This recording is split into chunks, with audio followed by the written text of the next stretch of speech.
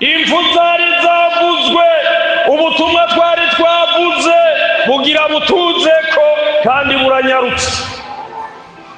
Kuko muri ino minsi namwebwe mutari bwabibone, hari abana bagiye kuba imfuvyi, hari abagore bagiye kuba abapfakazi, hari abagabo bagiye kuba abapfakazi,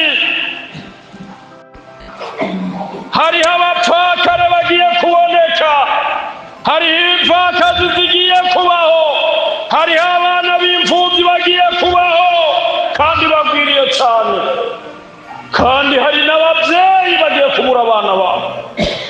Nagira ndagutangariza inkuru, mukundwa wa Kristo wagiriye ubuntu n'Imana, kumva iyi nkuru. Hari ibihe bigoye kandi biriko biraza, haba mu gihugu. Bantu b'Imana turi kumwe hano uyu munsi muri izi mpera z'uku kwezi kwa gatandatu, kuri izi tariki 27, muzombera icabona ko ntabivuze.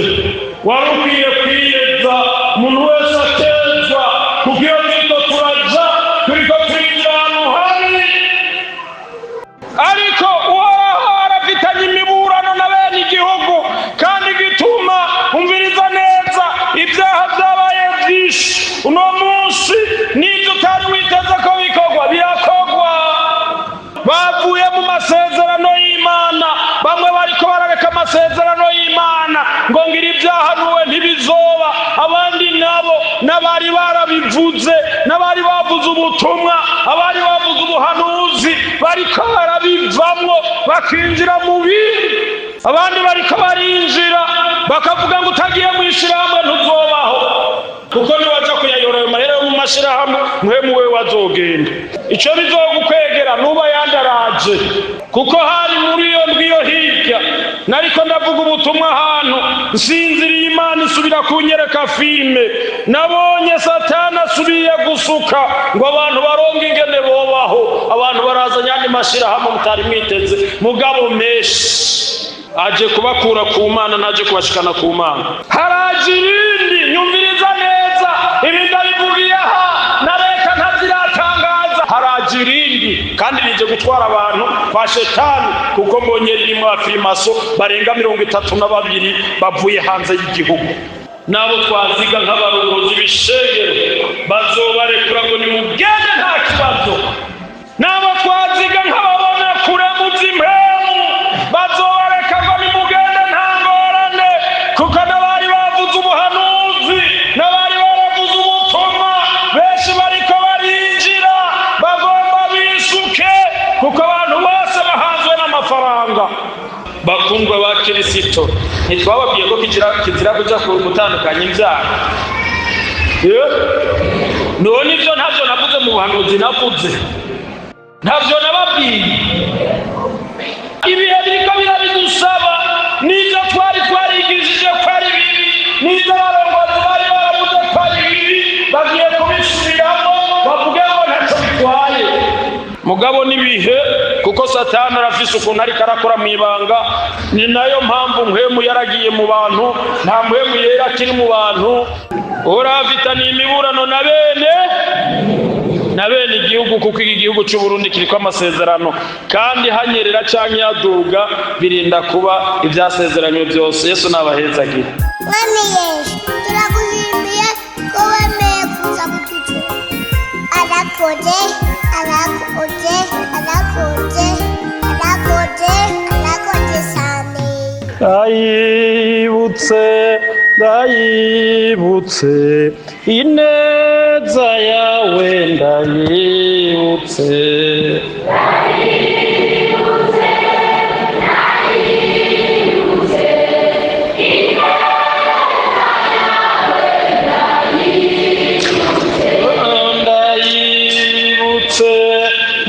Ndayibutse ineza yawe, ndayibutse.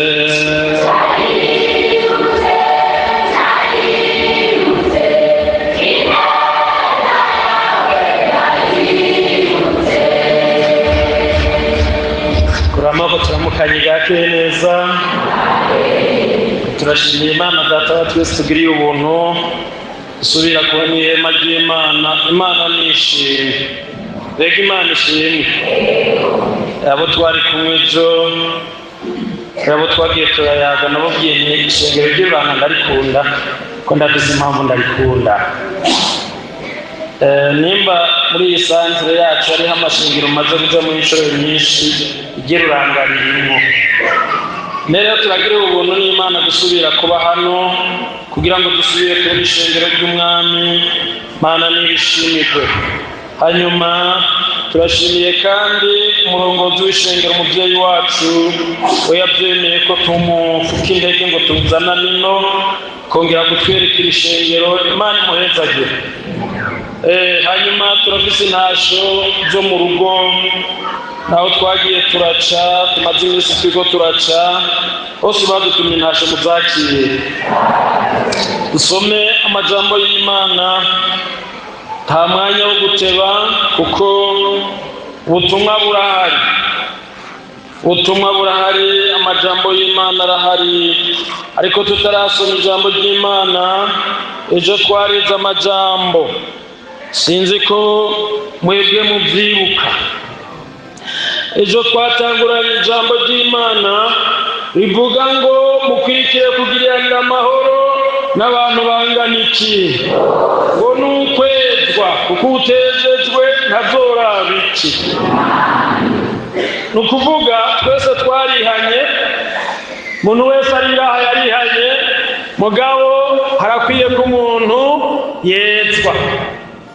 Ivyo twezwa birahari, mbega niko vyotuma twezwa birahari. Twarakwirikije ko n'ayandi majambo wowe urafise ayo wakiriye, nanjye ndafise ayo nakiriye. Hari n'irindi twumvise rivuga ngo ivyo niyumvira bigire gute. Aho twari kumwe, ivyo niyumvira biryohere Imana Data. Haciye haza irindi jambo ritubwira ngo mwihane kuko ubwami bwo mw'ijuru buri hehe.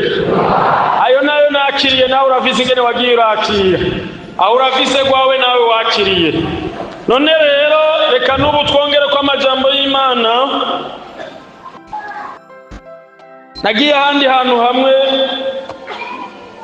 hanyuma rero turiko turatembera n'umuntu, twumva abantu bariko baravuga bati rero muri Pentekoti ubutumwa bwaho bwari bwiza buraryoshe, batariko bati ibintu bavuga byose nivyo gutera ubwoba umuntu. Kuko bavuga neza, kimugabo ivyo bavuga usanga biteye ubwoba. Rero ntitugomba kubatera ubwoba.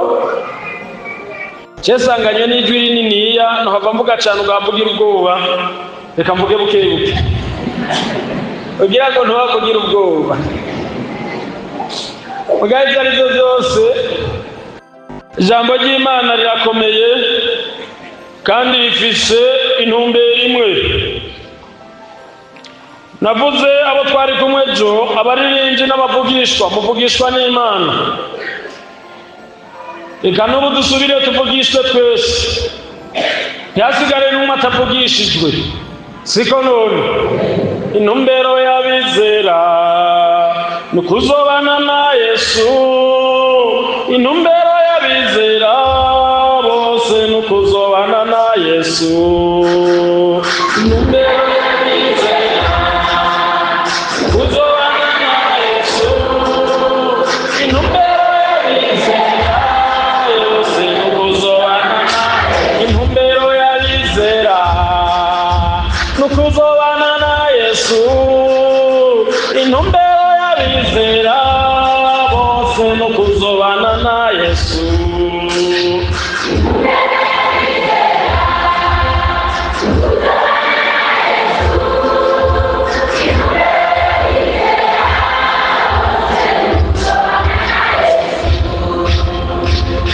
Wese intumbero niyo kuzobana nande. Wumva mu mutima urabyiteze kuzobana na Yesu. Jewe ndafise ubwoba kandi muri iyi minsi maze iminsi mfise ubwoba bwinshi cyane. Mfise ubwoba bwinshi cyane kandi si ikindi kintera ubwoba iyo turiko turaja imyaka dufise hariho ivyo iriko iradusaba, igihe turiko turacamwo hariho ivyo kiriko kiradusaba, kandi ugiye kuraba vyinshi mu vy'igihe kiriko kiradusaba si biriko biratuma abantu baja mw'ijuru wenda. Igihe cacu ivyo kiriko kiradusaba si biriko biratuma abantu baja mw'ijuru. Nuko nariko ndavuga nti si hari ivyo iriko iradusaba, kandi ivyo idusaba si biriko biratuma abantu baja mw'ijuru. Maze iminsi ahantu ndi hose nibaza ikibazo, Daniyeli mu bintu yeretswe canke yavugishijwe n'Imana, Daniyeli mu bintu yavugishijwe n'Imana yavuze ivyerekana igihe c'iherezo.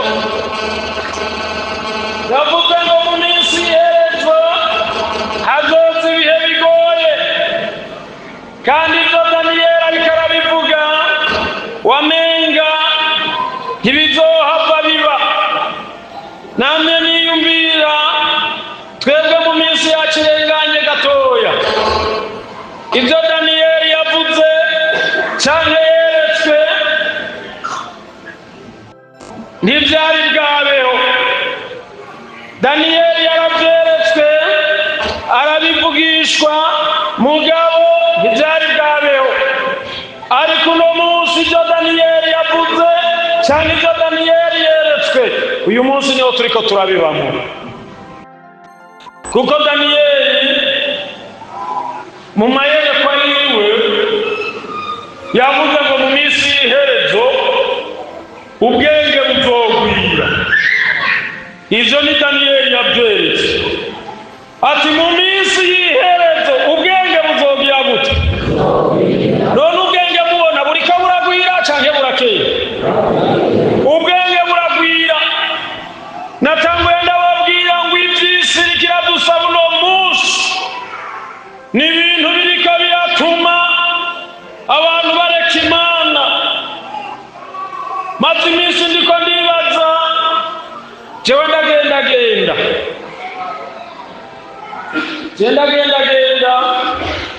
kandi iyo ndiko ndagendagenda rimwe na rimwe jewe aho nsiriye ngenda ndiga. Maze iminsi nibaza ikibazo kandi atawunyinshi muri ino minsi yacu.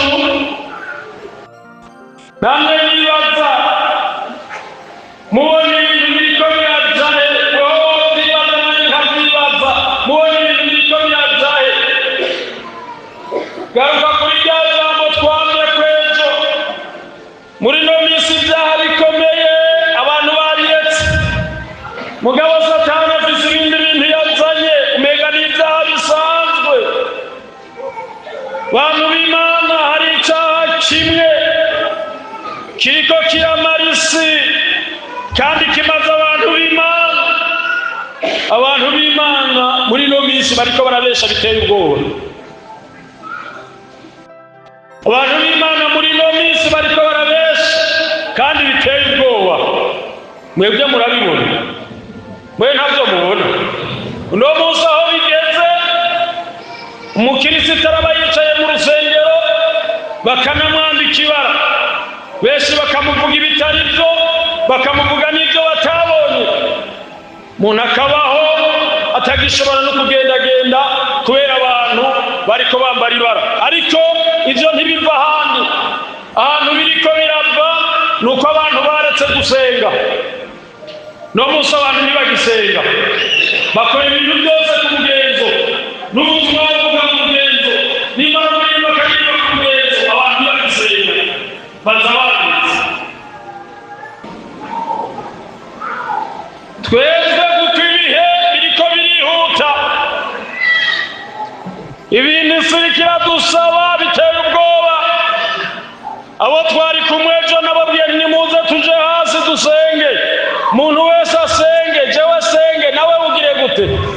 Kuko hari imbere yacu hari urugi rwugaye ntituzi birimwo. hari imbere yacu hari urugi rwugaye, kandi mu kuharengana bisaba ko umuntu asenga. Gasoma ijambo ry'Imana simave nteba ko hari ibyo nkeneye kuvuga bikeya. Soma ijambo ry'Imana hariya mu gitabo ca Yeremiya igice ca 25. Dusome ijambo ry'Imana tunyaruke mwihuta hariya muri Yeremiya igice ca 25. Hari ijambo ry'Imana ku murongo wa 31. Nomero zo hepfo n'amajana 854 kuri mwebwe mufise Bibiliya nk'izizi wanje, kuko ufise Bibiliya zazindi bavuga ngo ni Bibiliya ziri mu Kirundi ginyanyuye zo gusanga nimero zo hepfo tudahuza, ariko abafise Bibiliya izi za kera n'amajana 854. Dusome mw'izina rya Yesu murongo wa 31. Handitse ngo ijwi ryabyo rizoshika no ku mpera y'isi, kuko Uhoraho afitanye imiburano n'abantu n'amahanga, azoburana n'abariho bose, kandi abanyabyaha bagaburira inkota. Niko agize, uko niko Uhoraho nyene yabagize. Bateho ibyago bizosimbasimba bive kwihanga bije kurindi, kandi kirura gihambaye kizozingazinga kivuye ku mpera z'isi. Abishwe n'Uhoraho azohera ku mpera y'isi bashike ku yindi. Mana nishimwe. Niri jambo ry'Imana nagomba ngo tuvugane ko mu kanya gatoya, turifatanye n'irindi rimwe riri hariya nyene inyuma gatoya, igice ca 23. Zingura urupapuro rumusubira ari inyuma, igice ca 23 umurongo wa 19. Handitse ngo raba ikirura canje jewe Uhoraho nibwo burake bwanje, kirahinze mbere ikirura. Dusubire muhanditse ngo raba ikirura canje jewe Uhoraho nibwo burake bwanje, kirahinze mbere ikirura c'imvugusi kizorindimukira ku mitwe y'abanyabyaha. Genda hariya mu gitabo ca Hoseya igice ca 4 nomero zo hepfo n'amajana 979. Handitse ngo mwashitseyo gira ningoga dusome twabonye n'amajana 979 nomero z'igitabo hariya hepfo. Nimwabari abavugishwa bariya hirya, abaseraguzi babiri abavugaho n'abavugishwa bato bato, nawe nyene ari muri bo hariya hepfo n'amajana 979. Igice ca 4 ku murongo wa mbere murashishikara kuzingura. Handitse ngo nimwumve ijambo ry'Uhoraho yemwe Bisirayeli, erega Uhoraho afitaniye imiburano na bene igihugu, kuko atakuyoboka kuri mu gihugu canke imbabazi canke kumenya Imana. Nta kindi kiriho atari ukurahira n'ukubesha n'ukwica n'ukwiba n'ugusambana no kumena amazu n'amaraso ahogwa yandi. Amajambo y'Imana. Hano muntu w'Imana yavugishijwe n'Imana, yari mwiyerekwa, yeretswe ibigira bibeho, yeretswe ibizoba kwihanga canke ku bwoko bwa Bisirayeli canke ku bantu ihanga ry'Imana. Hano rero watanguye kuvuga Yeremiya yavuze amajambo akomeye, avuga ngo hariho ikirura yaciye asigura ngo n'uburake, ngo hariho uburake, kandi ubwo burake bugira burindimuke. Uburake bw'Imana bugira bugire gute? Twumvise ngo bugira bugire gute? Burindimuke. Ana Hoseya ashikiriwe atanguye kuvugishwa yavuze ngo nimwumve ijambo ry'Uhoraho. Uhoraho arafitanye imiburano na bene igihugu.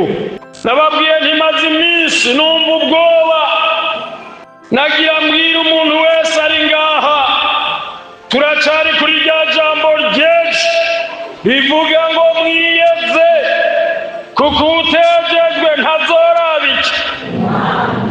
Irya jambo nturite, kuko rirya jambo ndarifisemo inyigisho ikomeye rivuga ngo mweze.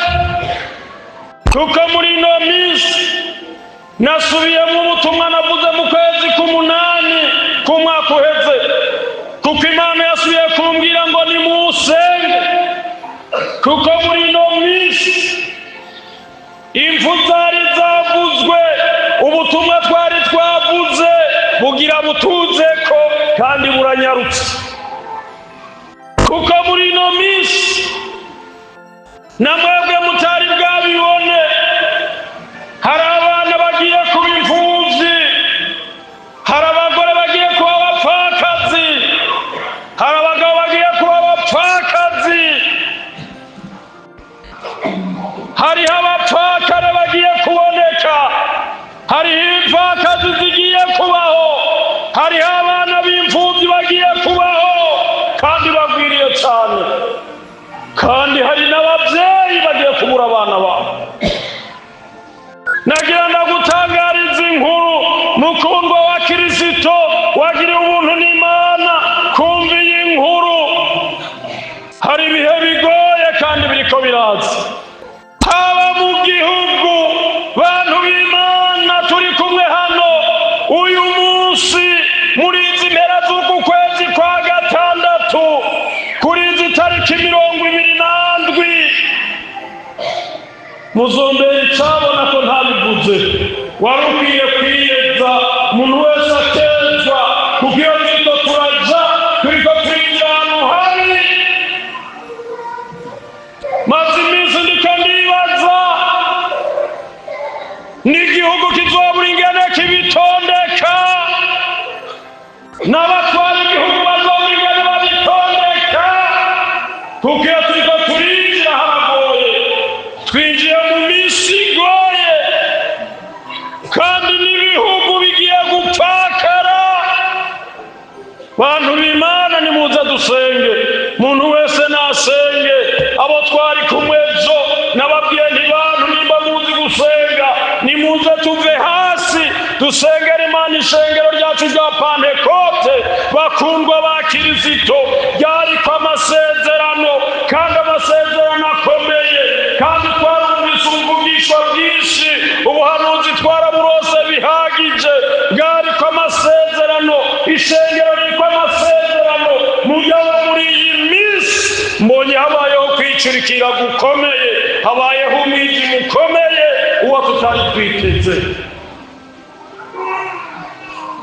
Bakozi b'Imana muze dusenge, kuko tugiye kwinjira ahantu umuntu atasenze Imana ntazohashobora. Hari ibyago bikomeye, umuntu adasenze ntazohashobora. Abenshi nababwiye nimuze twiyeze, kuko n'abakozi b'Imana umunsi hari ibyago mu Bugesera, abari bariko bakorokera mu byaha n'abakozi b'Imana bakavyivangamo. Aha twese turinjira mu ngoro y'Imana, siko none? Kandi abakozi b'Imana twe twadumerera nonaha. Reka nibukire twari mu rudi yayo n'abatabiro ibera hariyo kuzana uyu n'umucamo ntakora. Uyu ntakora itwe n'abatumigenzi, kuko gushima akibanga ndazi ko ubwenge, siko none? Nonaho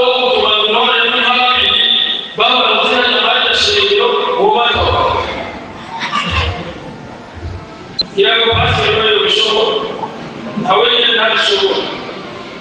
Urumva muvyeyi wacu wewe ntabwo ibikundanye. Mugabo uno munsi abantu bariko baragwa, abantu bariko barakora ibyaha batazoshobora kwihana.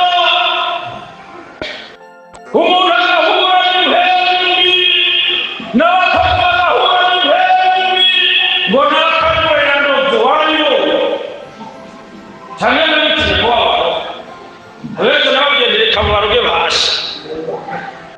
reka babaroge reka baze bakindi wacu je nababwiye ntiwanze barazora baga bikindi hari ngora rero barazora baca bahinduka bazamu tuzahiremba wewe kusubwa ngo barakira je naho kumva naho numva sinigora je cyo nkabanya nsenga ntereje gusenga mu gusinzira naho niri hariya mwino ndakurayo uwo munsi nicyo ntarizise icariza kuko ntabwo bangira none reka ndakubwira igituma b'umuzamu aca hinduka umuzamu utazohemba kubera iki none hoba hariko harakinda umukinzi hakaza umusuma kukwiba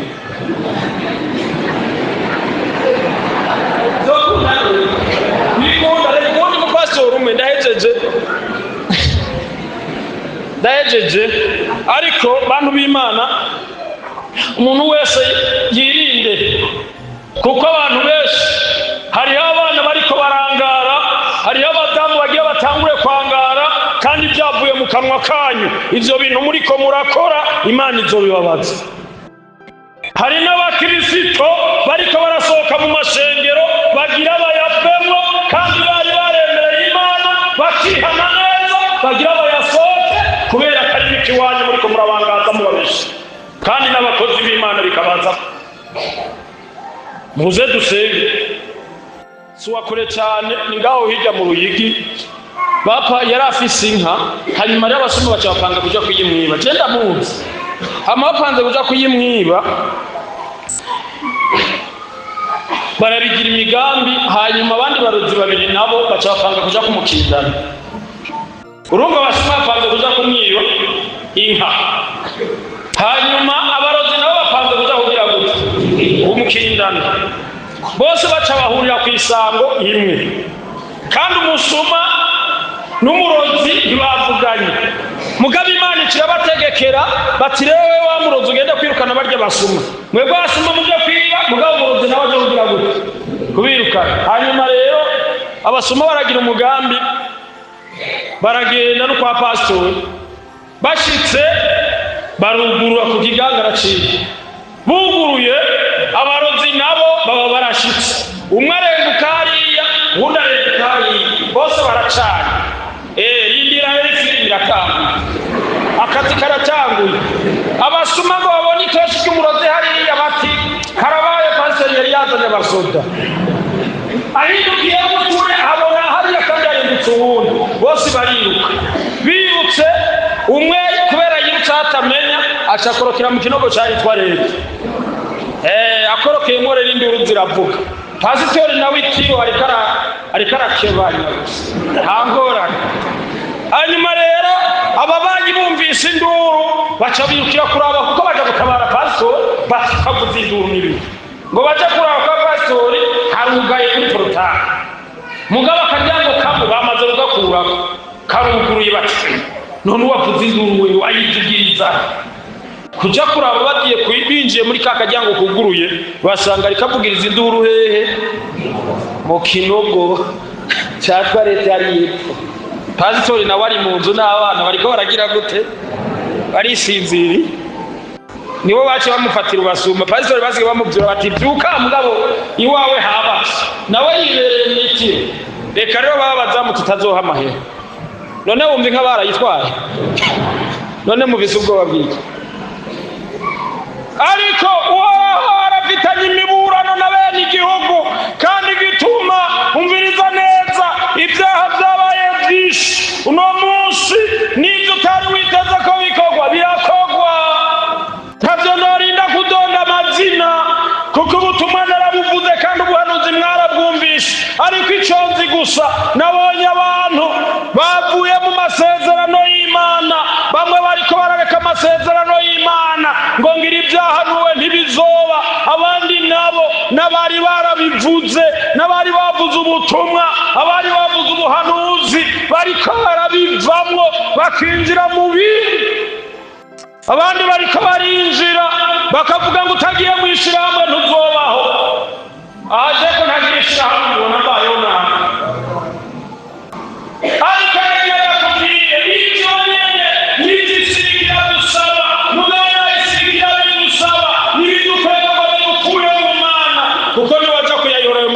mashirahamwe muhemu we wazogenda. Ico bizogukwegera nuba yandaraje kuko hari muri iyo ndwiyo hirya nariko ndavuga ubutumwa ahantu nsinziriye Imana isubira kunyereka filime nabonye Satani asubiye gusuka ngo abantu baronge ingene bobaho. Abantu barazanye andi mashirahamwe mutari mwiteze mugabo meshi aje kubakura ku Mana naje kubashikana ku Mana. Ariko nagenda wabwiye n'abakozi b'Imana iyo turiko turaja ivyisirikira dusaba nibiriko biradukura ku Mana. Mbonye igicu cubikije hejuru y'abantu, mbonye igicu cubikije hejuru y'ishengero ry'Imana, nabonye igicu cubikije hejuru y'abakozi b'Imana. Umuntu wese yariko aragenda umenga ntabona iyaje. Kandi igitangaje kinini kandi kigoye nuko hari inzuzi zigoye twagira tujabuke kandi abatari bake bazikorokeyemo. Abatari bake bakorokeye muri izo nzuzi kuko ntibiza gushoboka ko bajabuka. Bamwe baragiye, bamwe basohoke no mu ishengero umenga ishengero ribafatiye amaboko mu mugongo. Namwe nibaza namwe muri nkaramera nk'abandi kare mwari mumeze nk'impene. Jewe reka ndababwire bati jenda umuvuga butumwa ntatinya gupfa kuko nimba isaha igeze ngomba gupfa nkaja mu ijuru. Nakumvise iwacu inobya ntakariye ngaho kandi hasinobahenda umva sinobahenda ko byakunaniye kuri ibigori, ko byakunaniye kuri mu mwimbati, ko byakunaniye kuri ibiharagi ngo ugomba kumera nk'abantu n'amatongo yanyaragiye aho maziga ko mufise haraheze. Bagabo nimuze mwubake n'abadamu banyu kandi muhindure uko mubaho. Bagore nimuze mwubahe abagabo muhindure uko mubaho kuko ibihe bigoye byaje. N'ubu harakirindi kandi bizanye amahera menshi. Mugabo nagira ngo babwire naho rije murahereye ikuzimu kwa Satani. Haraje irindi nyumviriza neza ibindabivugiye aha na leta ntaziratangaza. Haraje irindi kandi rije gutwara abantu kwa Shetani kuko mbonye ririmo abafirimaso barenga 32 bavuye hanze y'igihugu. Nta myanya dufise yo kubidonda birebire, reka tubigarukirizaho. Ariko ugabe muntu w'Imana, ugabe indani muze twige kurondera. Ntimuje muragenda ngo mugomba kumera nk'abandi, muzohava musanga mwanya wo kumera nk'abandi mwahereye mugobo. Mbonye umwijima ukomeye cyane kandi nukwishengera uraje kuko n'abakozi b'Imana nabo twaziga nk'abarongozi b'ishengero bazobarekura ngo nimugende nta kibazo. Nabo twaziga nk'ababona kure mu by'impemu bazobareka ngo nimugende nta ngorane kuko n'abari bavuze ubuhanuzi n'abari baravuze ubutumwa benshi bariko barinjira bagomba bisuke kuko abantu bose bahanzwe n'amafaranga. Uno munsi abari baravuze ubuhanuzi bahanzwe n'amahera, uno munsi abari baravuze ubuhanuzi bahanzwe n'ibyo kurya. Shetani aramanukanye uburyo kandi bukwiye. Mbonye baje barenga 30 n'abandi kandi bazanye imifuko y'amahera ngo murabe ko mwomera nk'abandi gose. Mugomba kumera nk'abandi. Erega mwaciye mumera nk'abandi. Erega mpwemu ya ntibizoshoboka ko abana n'ibyo. Reka ndababwire ndahejeje kwigisha mumbabarire mvuga akantu kamwe ukuvuga. Ariko nagenda babwire abantu b'Imana ndagusubiriyemo mu buhanuzi ndakuzaniye. Mbonye igice cy'umwijima gipfutse n'abari bavuze ubutumwa, bari bavuze ubuhanuzi n'abarongozi b'amashengero bazobarekura ngo mubyinjiremo kuko n'ibihe igihe kiriko kirabidusaba.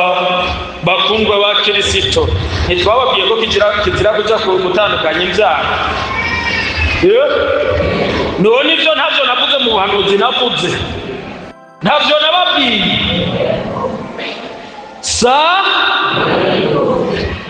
Erega nimwe muzombera icabona ibihe biriko birabidusaba